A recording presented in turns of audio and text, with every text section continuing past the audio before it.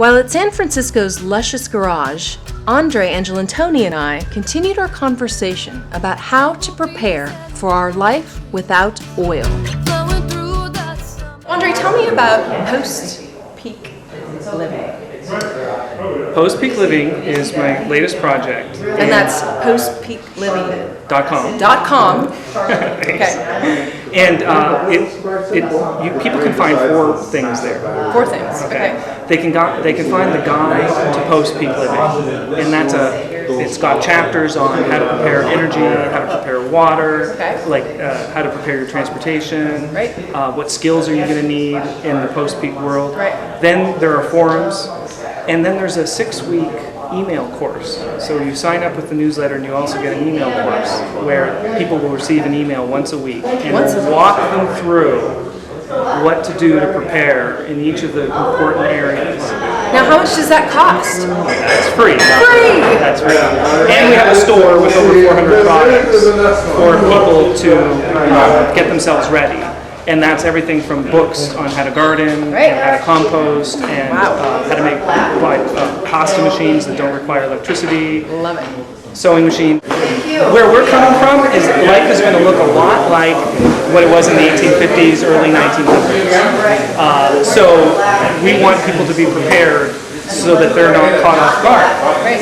What other kind of products can we find? Like crank lamps and stuff like You're that? going to find crank lamps, crank radios. A really good thing to get is batteries, the new Samuel batteries. I'll give everyone a tip. If you're going to buy a lantern, it needs to be a dual fuel, not a propane one, because those canisters are going to be impossible to get, the propane canisters. Right. You want to be able to pour in either the Coleman fuel or even unleaded fuel from your gas tank. Right. This feels like a very comprehensive website for post-peak living. Will it get me mentally prepared? Will it help me become accustomed to a possible situation in the future? Yeah, that's actually a really good point, because I don't want to leave anyone thinking that they just get the right products and they're going to be okay. It's going to take a lot of mental adjustment. Emotional adjustment, because we've all been living into some future, and that future is probably not going to occur.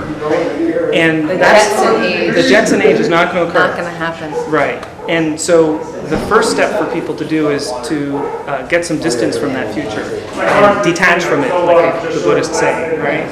And people are really attached to their futures, and you can understand it. Sure. So step 1 is people have to detach from whatever future they think they're going to have, and then they have to actually do the work of creating a new future for themselves. So people have to look for what are the skills that they think their community is going to need. Right. And we have, in the Guide to Post-Peak Living, we have a set of skills that we think are going to be very worthwhile for people to look at, and they should take the classes now while they're readily available. Exactly. And while there's not a lot of chaos or pressure or stress, I recommend to everyone very strongly to get a disaster kit, and here's why.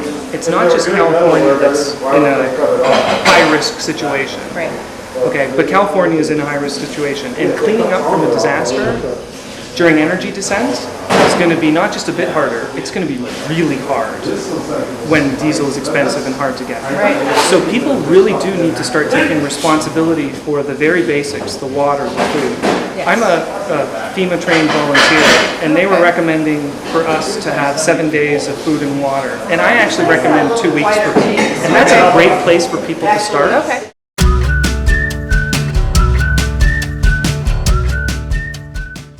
Gone. You don't have to worry about it anymore. Peak oil is gone. Gone. It's gone.